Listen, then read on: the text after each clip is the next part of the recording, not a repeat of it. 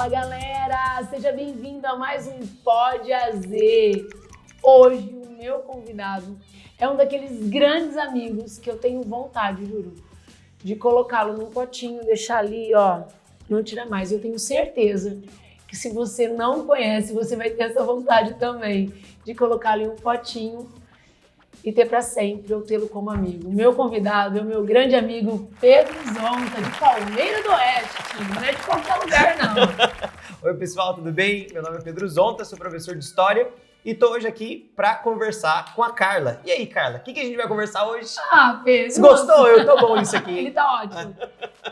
O nosso tema de hoje, gente, é cidadania. Cidadania, que é um repertório que vai auxiliar demais você na vida, claro, mas no seu vestibular, né, Pedro? Nas questões de sociologia, as questões de história e também na sua redação. E é um tema muito importante porque a todo tempo, né, a gente vê, cidadania, você tem que ser cidadão, você tem que ser cidadão, mas ser cidadão, será que é tão fácil assim? E ser cidadão, ter essa cidadania, será que nós temos esses direitos iguais para todos? Será que isso é tão fácil? Será? Não sei. Mas para começar, meu amigo, uma pergunta muito fácil. O que é cidadania? Bom, muito bom. Bom, gente, sempre, né, as perguntas mais fáceis são aquelas mais complicadas de responder. Quando a gente pensa em cidadania, cidadania é a forma com a qual o indivíduo consegue atingir a política, né? A ideia da participação do indivíduo junto à política. Essa é a ideia fundamental quando a gente pensa em cidadania. Isso, se a gente for pensar na nossa história, se a gente for pensar no nosso presente, é uma coisa estabelecida. Penso, eu tenho acesso à participação, eu posso votar, existe um ambiente de revezamento político, isso tem muito a ver com a vida cidadã.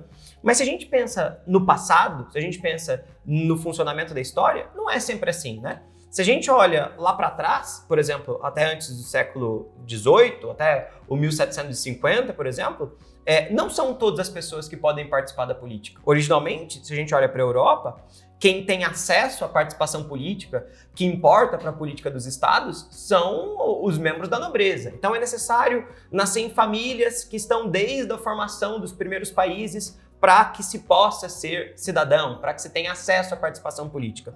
Ao longo do tempo, há uma fragmentação disso, tá? Há lutas constantes, o direito à cidadania ele não emerge, ele não nasce.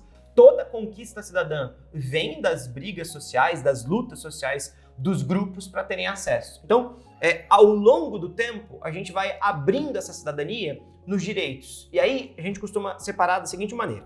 Nós temos os chamados direitos civis, e aí, direito civil tem muito a ver com a ideia da liberdade. Então, se a gente pensa lá na Revolução Francesa, nós tínhamos os cidadãos, nós temos essa nobreza que domina, e abaixo dessa nobreza, nós temos os servos, que não são considerados cidadãos, eles não têm liberdade, eles não podem ir e vir. Numa sociedade que tem escravidão, não existe essa liberdade plena. E aí o que acontece?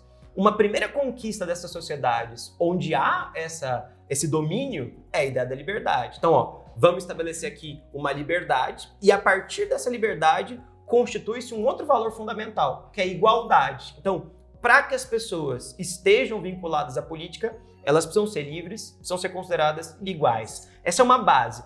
E isso se constrói ao longo da história. Se a gente for pensar na Europa, a gente tinha uma relação entre nobre e servo que não é igual nem tem liberdade. Se for pensar na história política do Brasil, tem uma relação entre senhor de escravo e escravo, escravizado, que não é também uma ideia de igualdade. Tem aqueles que estão submissos. Então, numa sociedade, para que eu tenha o primeiro acesso à cidadania, é necessário ter essa liberdade, é necessário ter essa igualdade, é necessário ter direitos, por exemplo, a propriedade, que numa sociedade absolutista não tem, tudo pertence ao rei.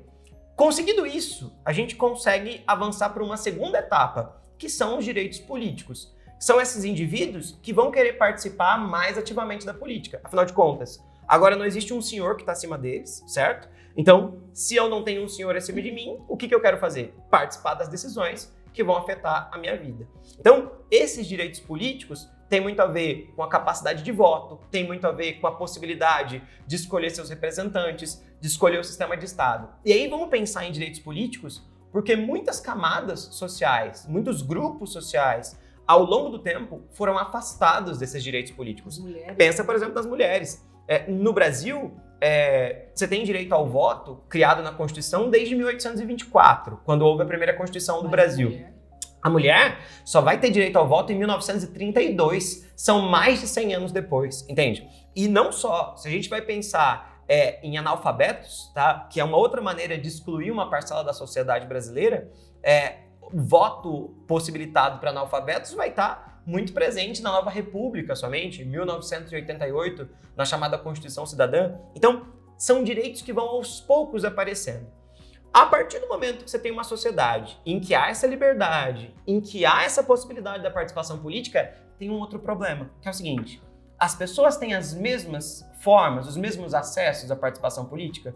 Uma pessoa que não tem dinheiro consegue ir votar? Uma pessoa que não tem estudo consegue entender o que ela está fazendo quando ela está indo votar? Uma pessoa que não tem saúde, ela pode votar? Não. E aí vem o último elemento desses direitos, que são chamados direitos sociais, que também são garantidores dessa...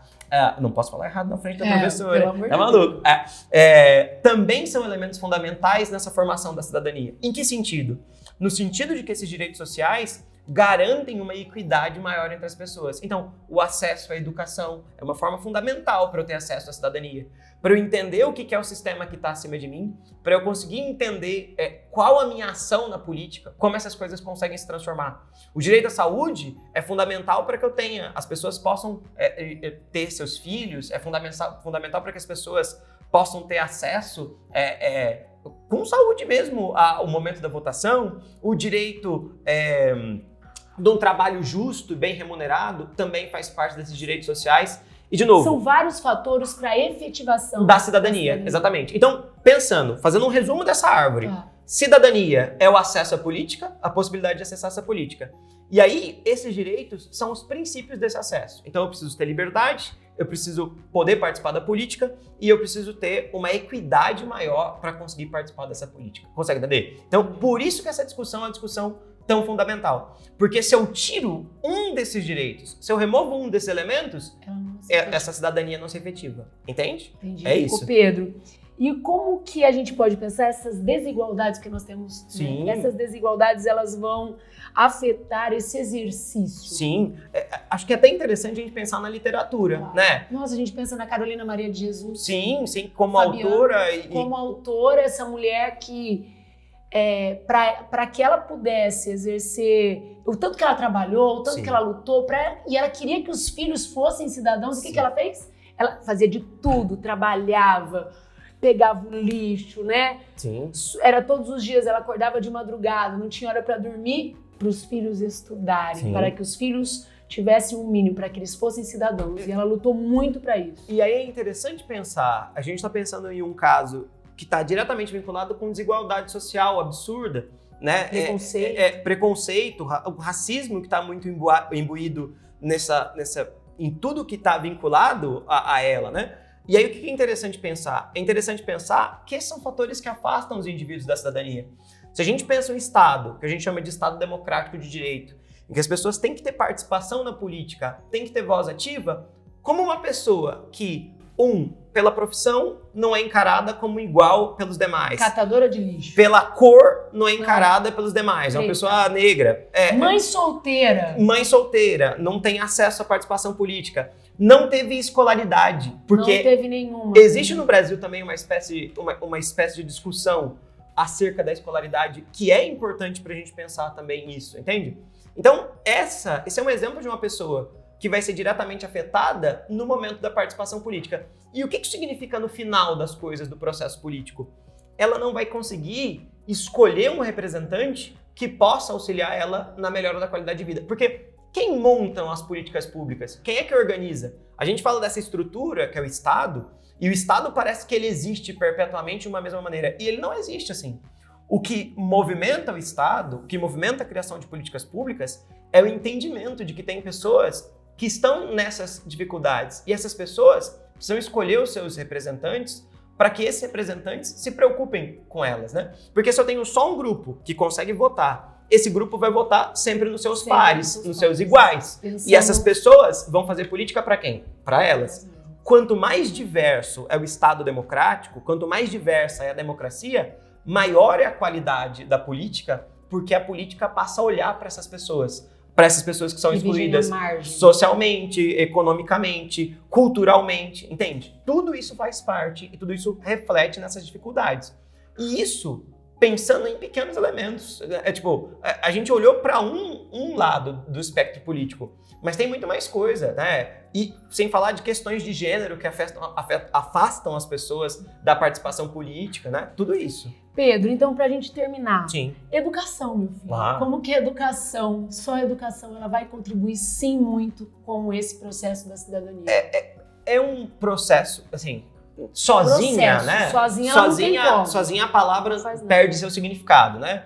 Porque pra gente condicionar, pra gente pensar a educação, a gente tem que pensar a manutenção do aluno na escola, tem que pensar as qualidades da educação, as políticas públicas que vão, antes de pensar a educação, mantê-lo, né? Por isso que quando a gente pensa em educação, esse assunto no Brasil é um assunto muito interessante, porque ele envolve, claro, a parte educacional, mas tão importante quanto a parte educacional, a parte social, entende? Então, a gente tem que pensar políticas públicas de acesso, o aluno precisa conseguir chegar na escola.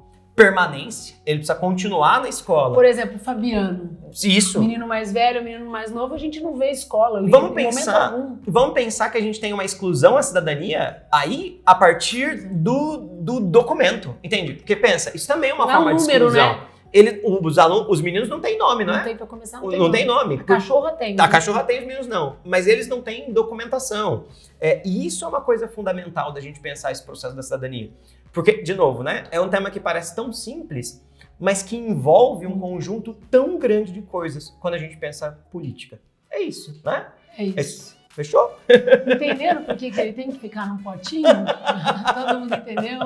Muito obrigada, meu amigo. E ó, sempre estarei aqui à sua espera, porque o seu repertório, junto aqui eu, né, intermediando isso, mas com os meus amigos, só tende a crescer e você brilhar cada vez mais. Um beijo e até o próximo. Beijão, até mais, tchau, tchau.